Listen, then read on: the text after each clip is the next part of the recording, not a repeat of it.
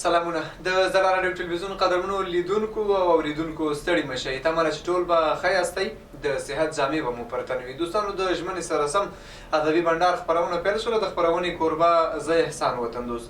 دوستانو تاسو ته بهتره معلومه ده چې ادبي بنډار خپرونه د زلا ټلویزیون څخه خپریږي. په دې خپرونه کې موږ له ځان سره یو شاعر لرو، د هغه په ژوند او پند باندې غږیږو. نن ورځ مو هم ځوان شاعر رابللی دی، دې سره د زړه خواله کوو. رحیمزی صاحب ستړي مه شئ، په خیر راغلی.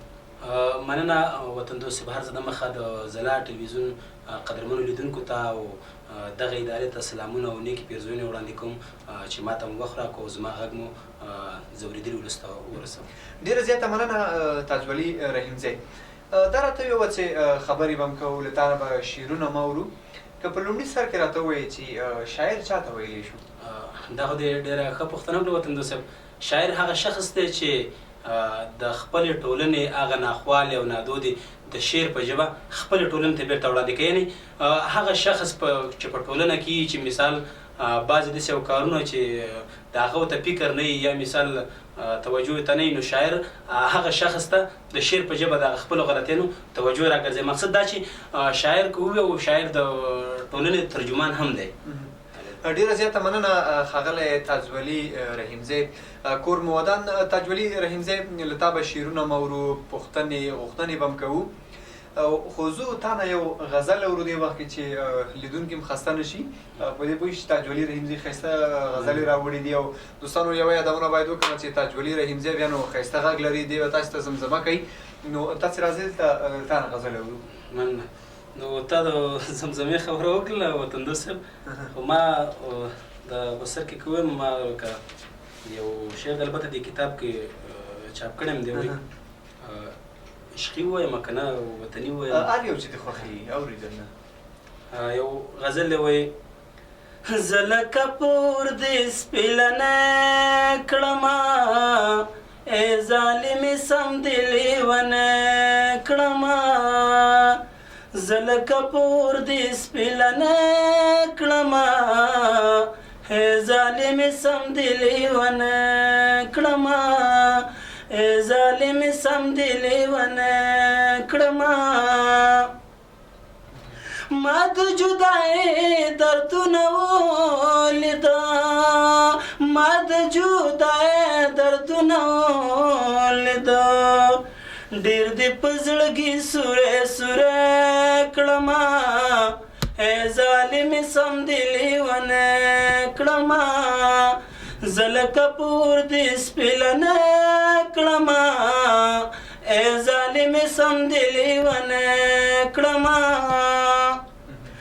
تا چې د ګودر له تګ انکار وکړو، تا چې د ګودر له تګ انکار وکړو، تیر به څنګه دا مازدیګری کړمه، ای ظالمې سم دې لیونی کړمه، زه لکه پور دې سپېلنی کړمه، ای ظالمې سم دې لیونی کړمه، ای ظالمې سم دې لیونی کړمه،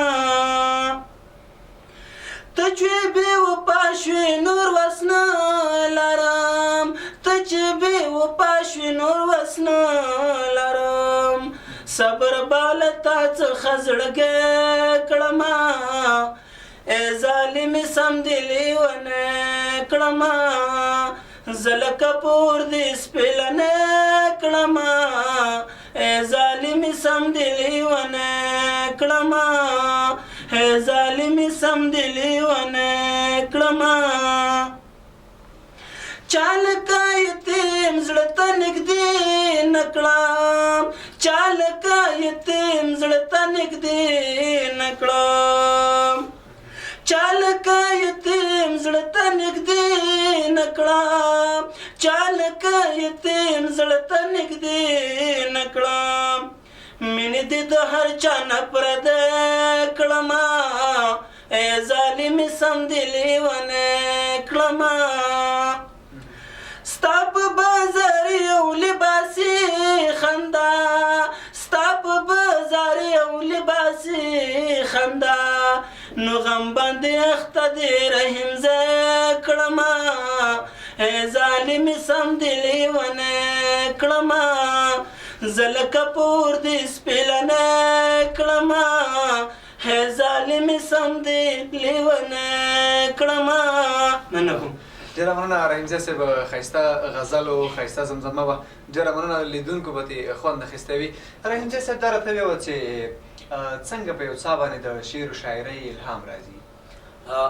وطندوست صاحب، زه به دومره ووایم چې بعضې شاعران وایي چې دا د مینې او محبت نه که نه لاسته راځي، خو زه به دومره ووایم چې یو شاعر وایي، فکر کوم شاعر هم راته نه دی معلوم، نوم یې راته نه دی معلوم، خو یو شاعر وایي چې شاعري که الهي خبره نه وي دنیا خلک به واړه شاعران وي. نو دا خبره خو بالکل حقیقت دی چې مثال شاعر مین وي، خو زه به ووایم چې هر مین چې دا شاعر نه خو هر شاعر چې دا مینې د چا د خپل وطن سره مینه وي، د چا مثال خپل معشوقې سره مینه وي، د چا د نبي کریم صلی الله علیه وسلم سره مینه وي، څوک د خپلې خاورې سره مینه، دا مختلفې مینې دي. نو دا زما په نظر باندې شاعري چې دا یو الهي تحفه ده چې الله پاک انسان ته ورکوي. ډېره زیاته مننه ښاغلی تاجولي رحیمزی. څومره وخت کېږي چې شعر و شاعري کوئ؟ د شاعري تقریبا ما په 1985 کال کې ما په شاعري پیل کړی دی، نو وویل چې تقریبا کېږي دا 17 کاله خو شه زما د شاعرۍ کېږي غالبا. تر دې دمه مو څومره شعرونه لیکلي دي؟ ما خو ډېر شعرونه لیکلي، تقریبا وویل چې د 400 خوشه کې شعرونه ما لیکلي دي، خو تقریبا 298 غزلې فعلا دې کتاب کې ما چاپ کړي دي او نورې لا فعلا ناچاپه پاتې. دا راته ووایه رحیمزی صاحب، کله چې د لومړی غزل ولیکه، کرښې دې تورې تللي، څه احساس دې کوو؟ نو دا ما ته داسې یو احساس کېدو وطندو صاحب چې ما بیخي هسې یو تعجبي کار و، ما ویل چې ګوره ما ته ګوره داسې یو غزل لیکلو ته. زما اولنی غزل چې ما تقریبا وویل چې په هغو 2-3 ورځو کې ما غزل دا کړی پوره کړی او برابر کړی مو، خو دا ما بیا یوه ورځپاڼه کې ما غزل ورکړو، نو ډېرو خلکو خوښ کړو. نو دا ما ډېر داسې یو احساس کوو چې ما بیخي باوري کوله نه چې مثال زه دې داسې یو غزل ولیکم. ډېره مننه رحیمزی صاحب، تا مخکې په خپلو خبرو کې یادونه وکړه چې څوک چې شعر و شاعرۍ ته مخه کوي یا به چا سره مینه لري، یا به دردېدلی وي، یا به کړېدلی وي، یا به په وطن باندې مینې. بیا علت څه و چې ته شعر و شاعرۍ ته راغلې؟ نو ما خو تا ته مخکې وویله که نه چې دا یو الهي تحفه ده چې الله پاک انسان ته ورکوي. نو الله پاک ما باندې دغه رحم به کړی و، مثال ما باندې دغه شعر ولیکو، مثال زه دې راول سره چې ستاسو د زلا ټلویزیون کې له تاسو سره دا د ناستې م خبرې در سره کوم، نو دا د الله پاک یو پیرزونه و چې ما یې راکړه. زه الله نه په دې باندې ډېر شکردار یم، ډېر راضي یم. رحیمزی صاحب، دا راته وویل چې کله دې لومړی شعر ولیکه، هغه شعر دې کوم استاذ ته وښود که نه همداسې پاتې؟ ما دغه شعر چې و د زموږ د مروري ولسوالۍ یو ښه لیکوال دی محمد شعیب غروال، چې دا شعر ما هغه ته ورکړو، نو هغه بیا په یوه ورځپاڼه کې هم دغه شعر ورکړی و، نو هغه ډېر تشویق هم ډېر ډاډ یې راته راکړو چې دا ډېر ښه غزل دې لیکلی، ښه شعر دې لیکلی. نو بیا یوه ورځپاڼه کې چې و هغه غزل یې پکې ورکړو، نو که هغه ماته مثال ډېر ډاډ راکړو، کومې نیمګړتیاوې کوم شی چې هغې ماته په ګوته کړل، زه د هغه مننه کوم، ودانۍ ورته وایم. ډېره مننه رحیمزی صاحب. هغه لومړی شعر چې تاسې په اول سر کې لیکلی و اوس یې په لاس کې لرئ؟ او دې کتاب کې مې چاپ کړی دی، خو اوس زه د کتاب کې هغه را پیدا کوم، نو وخت به ونیسي، نو یو څو بیتونه به درنو لیدونکو ته ووایم. وایي دا وطن مو د نیکه دی ترې قربان یم، دا وطن مو د نیکه دی ترې قربان یم، زه ملګری د وطن او د قرآن یم، ملګرتیا مې د اسلام سپېڅلي دین ده، زه په لار روان د فضل د سبحان یم. دا چې خوار یم عاقل یم پښتون یم ننګیلی یم، دا چې خوار یم عاقل یم پښتون یم ننګیلی یم، بخښنه غواړم، دا چې خوار یم عاقل یم پښتون یم ننګیالی یم. دلته چې یو شی مې دا کړي نه خیر دی، نو لومړی غزل دی، حتما یو څه به دې په یاد دي، څه به دې په یاد نه وي. خو لاړ به شو رحیمزی صاحب، لیدونکي به نو د شعر و شاعرۍ مینوال دي، ځکه د شعر و شاعرۍ خپرونه ده، ادبي خپرونه ده، ادبي بنډار دی. تا نه به یو بل غزل واورو، بیا به راشو نور پوښتنه. همداسې به درته ووایم، ما یو غزل لیکلی دی په د دې کتاب د چاپ نه مې وروسته لیکلی دی که نه. سمه ده، اوري. وایي هر ځای مې صفت کوه ویرېږه مه، هر ځای مې صفت کوه ویرېږه مه، ما سره الفت کوه ویرېږه مه، او خان ته بالښتونه چېرته سم نه کړي، خان ته بالښتونه چېرته سم نه کړي، ژوند دې په غیرت کوه ویرېږه مه، څوک چې دا زخمي وطن ویجاړ غواړي، څوک چې دا زخمی وطن ویجاړ غواړي هغو نه نفرت کوه ویرېږه مه او دغه رقیبان به زموږ څه وکړي دغه رقیبان به زموږ څه وکړي مینه په جرأت کوه ویرېږه مه دومره له هغې نه ویره مه کوه دومره له هغې نه ویره مه کوه هر میلمه ته صد کوه ویرېږه مه نن چې رحیمزی در سره مینه کړي نن چې رحیمزی در سره مینه کړي ته هم محبت کوه ویرېږه مه هر ځای مې صفت کوه ویرېږه مه ما سره الفت کوه ویرېږه مه ډېره زیاته مننه رحیمزی صاحب ښایسته غزلو لیدونکو به دې هم خوند اخیستی وي رحیمزی صاحب دا راته ویوه په دې ورځو کې ستاسې کوم غزل دی چې تاسو ته ډېر محبوبیت درکړی دی ما یو غزل د بدلون راډیو نه مې ډېر ویلو په مشاعرو کې مې ډېر هم ویلو ډېرو خلکو ډاډ راکړو چې هغه د دې وطن او د دې زموږ د پښتون ولس زموږ د افغان ولس چې ځورېږي وژل کېږي په دې مناسبت باندې لیکلی نو وطندوس صاحب باور وکړه دغه غزل چې ما کله لیکو نو په هر بیت باندې زما د سترګو نه اوښکې توی شوي دي نو هغه غزل دلته کتاب کې شته دی که ستاسو اجازه وي نو زه بیا تاسو ته ووایم راځه اورو دوستانو رحیمزی صاحب نه بل غزل هم واورو بیا به نو نورې پوښتنې ترې نه وکړو تاسې راسره پاتې شئ ادبي بنډار خپرونه ده تاجولي رحیمزی ځوان شاعر دی له موږ سره په خپرونه کې دی دی به موږ ته ښایسته ښایسته غزلې وایي او د دې تر څنګ نو ښایسته او ښکلی غږ لري دی به موږ ته زمزمې هم کوي مهرباني وکړئ غزل وایي نه په وینو سرو باندې او نه په شا زلمو باندې وږې د مړه نه شوه دا ځمکه پوښتنو باندې نه په وینو سرو باندې او نه په شا زلمو باندې وږې د مړه نه شوه دا ځمکه پوښتنو باندې لوی شومه پوی نه شومه چې کېږي دا د چا لخوا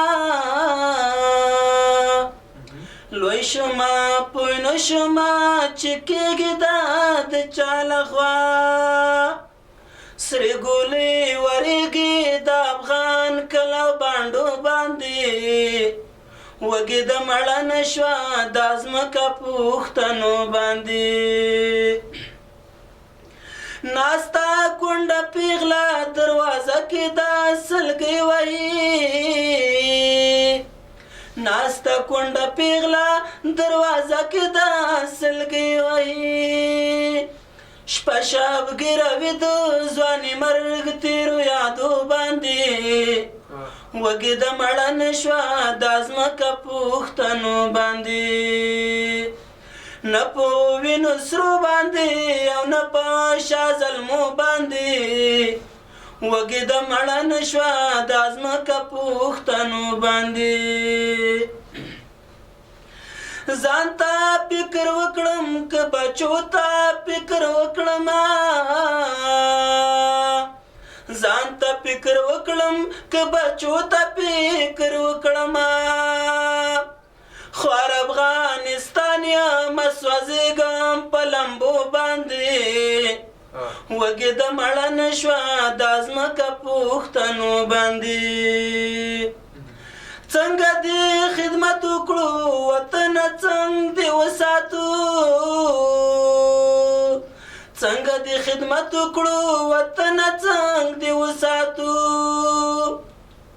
بند په بند تړلی یو نفاق په زولنو باندې وږې د مړه نه شوه دا ځمکه پوښتنو باندې نه په وینو سرو باندې او نه په شا زلمو باندې وږې د مړه نه شوه دا ځمکه پوښتنو باندې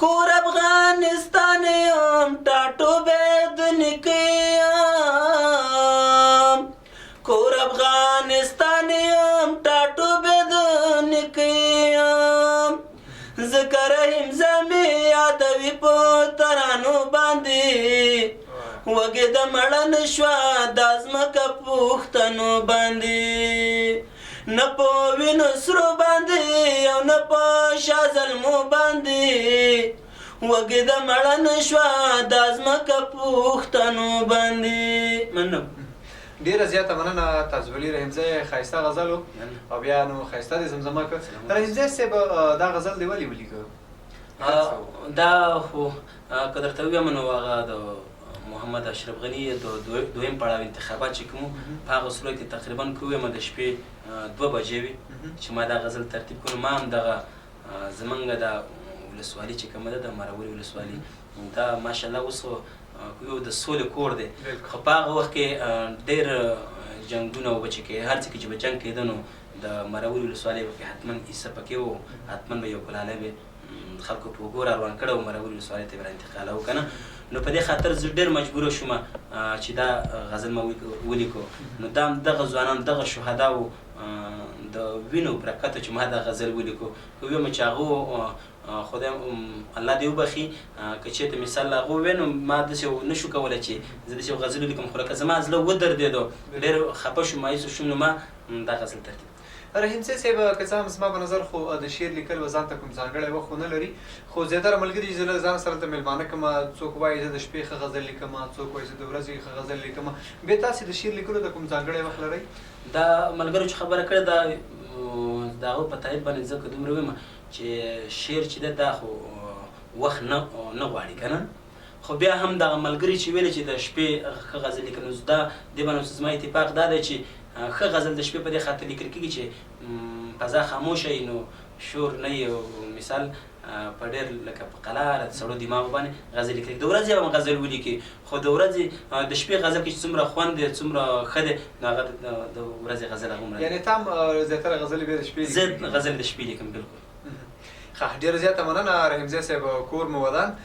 لاړ به شو، لنډه دمه به واخلو، بېرته به راشو خپرولو ته.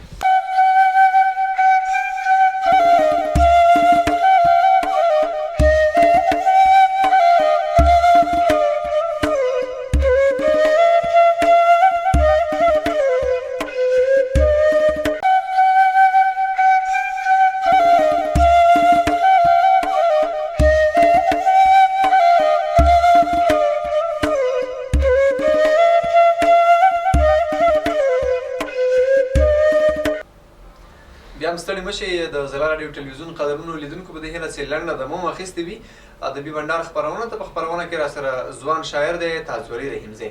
رحیمزی صاحب راسره دی، له دې څخه به نو ښایسته ښایسته غزلې نورې مو واورو، ښایسته زمزمې راته هم وکړلې. نو رحیمزی صاحب نو ځوان شاعر دی، ښایسته غزلې به راته وایي. رحیمزی صاحب دمه مو واخیستله او لیدونکو به هم دمه اخیستې وي، که څنګه دلته بل غزل راته وایي؟ ولې کوم غزل به راته وایي؟ دا غزل به عشقي اوسېږي، حماسي به اوسېږي؟ غزل مې لیکلی خو البته په ترنم کې نه دی او د کتاب د چاپ نه وروسته مې لیکلی دی. نو یو غزل دی وایي چې ته د چا دلبر کشي خبر بشي، ته د چا دلبر کشي خبر بشي، کم کیا ستر کشي خبر بشي، او ځان په کونړي سین بلاهو کړمه، ځان په کونړي سین بلاهو کړمه، ما نه مرور کشي خبر بشي، او خانه له بړستنې نه وطن ساتي، خانه له بړستنې نه وطن ساتي، خانه تا عسکر کشي خبر بشي، او ستا به احترام کړم ستا نوکر به یم، بخښنه غواړم دا بیا لږ شوخ دی وایي، ستا به احترام کړم ستا نوکر به یم، چېرته مې خو سر کشي خبر بشي، او دومره مې کلام کمزوری مه ګڼه، دومره مې کلام کمزوری مه ګڼه، پوی پرې سر اثر کشي خبر بشي، او غم به رحیمزی مامون ته وویني، غم به رحیمزی مامون ته وویني، لږ وخت مسافر کشي خبر بشي، ته د چا دلبر کشي خبر بشي، یکم کیا ستر کشي خبر بشي. همدومره و. ډېره مننه رحیمزی صاحب، کور مو ودان. رحیمزی صاحب دا راته وویه چې په څومره ادبي غونډو کې مې برخه اخیستې ده؟ وطندوس صاحب که درته ووایم زه چې په مروري ولسوالۍ کې هم ناست دی، که په اسداباد ښار کې، که په هر ځای کې، او ملګري مې شته دی، ملګري موږ دعوت کوي هلته ځو، خو بیا هم زه خپله یو ښوونیز مرکز لرم، د مامون ښوونیز مرکز په نامه ده، د لیک لوست لپاره او انګلیسي برخه هم پکې ده، پښتو لیک لوست هم پکې ده که نه. نو زه داسې میاشت 2 میاشتې بعد هملته موږ داخلي غونډه نیسو د شاګردانو، هغه کې هم ګډون کوم.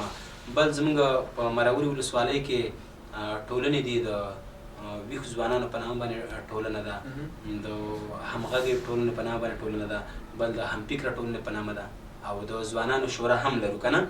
نو دوی چې هره ټولنه مثال پروګرام برابرۍ مشاعره برابرۍ نو موږ په هغو کې ګډون کوو. رحیمزی صاحب کله چې تاسو یو مشاعره کې ګډون کوئ هلته کوم غزل خلک ډېر خوښوي، مینوال یې ډېر خوښوي، عشقي غزل خلک ډېر خوښوي او که حماسي غزل ډېر خوښوي؟ نو داسې ده دا مختلف نظریات دي دا سړي که نه. که زه هم بعضې داسې کسان دي چې هغه عشقي هم خوښوي، بعضې داسې چې حماسي هم خوښوي، خو زما په خپل نظر باندې عشقي به خلک زیات ځکه خوښوي چې د جنګونو د جنګ جګړو نه نور د زموږ وطنوال ستړي شوي دي، نو هر سړی د مینې او سولې ته تږی دی. نو په زما په خپل نظر باندې د مینې او محبت شاعري ډېره خوښوي په ځای د دې چې مثال حماسي شاعري خوښه کړي. رحیمزی صاحب کله چې ته یو مشاعرې ته ځې نو هلته کوم غزل وایې، عشقي وایې که حماسي وایې؟ هلته زه عشقي او حماسي دواړه غزلې وایم، خو د دې په نسبت باندې زه عشقي شعرونه ډېر وایم. او په خپله د شعر و شاعرۍ په کوم جانر یا برخه کې ډېر کار کړی دی؟ عشقي غزلې دې لیکلي دي، حماسي دې لیکلي دي، ټپیز په دې وخت یو څه مینوال لري، په ټپیزو کې دې کار کړی دی نه دی؟ ټپیزو ما تقریبا وویل چې داسې یو د 10 خو شکه ټپیز ما لیکلي دي، خو متاسفانه چې اوس ما سره نشته، داسې په ذهن کې مې نه دي لیکلي مې دي، خو لکه ځان سره مې دلته نه دي راوړي. او د وطني شاعري حماسي شاعري او عشقي شاعري کې ما عشقي شاعري ډېره کړې ده. وطن ته دې کوم غزل لیکلی دی؟ وطن ته مې ډېرې غزلې لیکلي دي. اوس یې په لاس کې لري؟ په همدې کتاب کې شته دی. نو لاړو شوستانه به یو غزل واورو؟ صحیح شو، بېرته به راوګرځو. دوستانو رحیمزی صاحب به راته یو غزل ووایي، موږ به ورته غوږ کېږدو. رحیمزی صاحب نو ځوان شاعر دی، ښکلې شاعري کوي. د شاعرۍ تر څنګ نو مخکې مې یادونه وکړه چې غږ یې بلا ښایسته دی، دی به راته نو زمزمې هم کوي، ځکه نو یو یې غزل ښایسته دی، بل یې غږ ښایسته دی چې دواړه سره میکس شي نو ډېر خوند کوي. رحیمزی صاحب څنګه غزل راته وایي؟ غزل دی وایي: زما غریب وطن افغانستان وطن، زما غریب وطن افغانستان وطن، الله دې مورانا په مونږ ګران وطن، زما غریب وطن افغانستان وطن، زما غریب وطن. چې جړوي دې راته، چې کړوي دې راته، خاورې دې ګلا شه دښمنان وطن، خاورې دې ګلا شه دښمنان وطن، زما غریب وطن. ستا ګاونډي لالی په هره ورځ جړوي، ستا ګاونډي لالی په هره ورځ جړوي، غی کې راودې نسا تن کې ګلان وطن، غی کې راودې نسا تن کې ګلان وطن، زما غریب وطن. تا ته درد رسیږي، تا ته غم رسیږي، تا ته درد رسیږي، تا ته غم رسیږي، که هر پښتون ځورېږي یا پارسیوان وطن، که هر پښتون ځورېږي یا پارسیوان وطن، الله دې مورانا په مونږ ګران وطن، زما غریب وطن افغانستان وطن، زما غریب وطن. صفت دې څنګه وکړم د کونړونو سینده، صفت دې څنګه وکړم د کونړونو سینده، نور درنه ګټه اخلي مونږ تاوان وطن، نور درنه ګټه اخلي مونږ تاوان وطن، الله دې مورانا په مونږ ګران وطن، زما غریب وطن افغانستان وطن، زما غریب وطن. پر رحیمزی مامون با بلا احسان وړوي، پر رحیمزی مامون با بلا احسان وړوي، کورونه ورونه سره شو افغانان وطن، کورونه ورونه سره شو افغانان وطن، الله دې مورانا په مونږ ګران وطن، زما غریب وطن افغانستان وطن، زما غریب وطن. ډېره زیاته مننه رحیمزی صاحب، کور مو ودان، ښایسته غزل او لیدونکو به دې خوند اخیستی وي. دا راته ویې وایه رحیمزی صاحب چې ښه شعر کوم شعر ته ویلی شو؟ ښه شعر وطن صاحب دا ډېره ښایسته پوښتنه وکړه. ښه شعر هغه شعر ته ویل کېږي چې پیغام ولري، یو تصویر ولري، یو عاطفه ولري. چې د ولس پیغام پکې نه وي نو هغه به څه شعري، چې یو تصویر ونه لري نو هغه به څه شعري. خو زه یم چې دغه عاطفه ولري، د ولس درد پکې یو ځانګړی پیغام پکې خپل ټولنې ته، خپل ولس ته، او یو تصویر ولري، نو دغه زما په نظر باندې ښه غزل دی، ښه شعر. ډېره زیاته مننه رحیمزي صاحب. دا راته هم ووایه چې یو شاعر په ټولنه کې کوم بدلون راوستلی شي؟ شاعر ډېر څه شي کولی. که وغواړو شاعر مثال د دې شعر و شاعرۍ د لارې خلک پوهولی راپوهولی شي، مثال د بدو لارو نه نیکو لارو ته راوستلی شي. شاعر هر څه شي کولی. د شعر په ژبه باندې که زه تاته ووایم چې یو ولسمشر یا دا زمونږ مثال زمونږ والي شو، یا مثال یو غټ مشر، هغه ته یو کس داسې یو بعضې سپوره خبره نشي کولی، خو شاعر د شعر په ژبه باندې ورته بعضې داسې نیمګړتیاوې چې هغه کوي نو هغه ورته په ګوته کولی شي.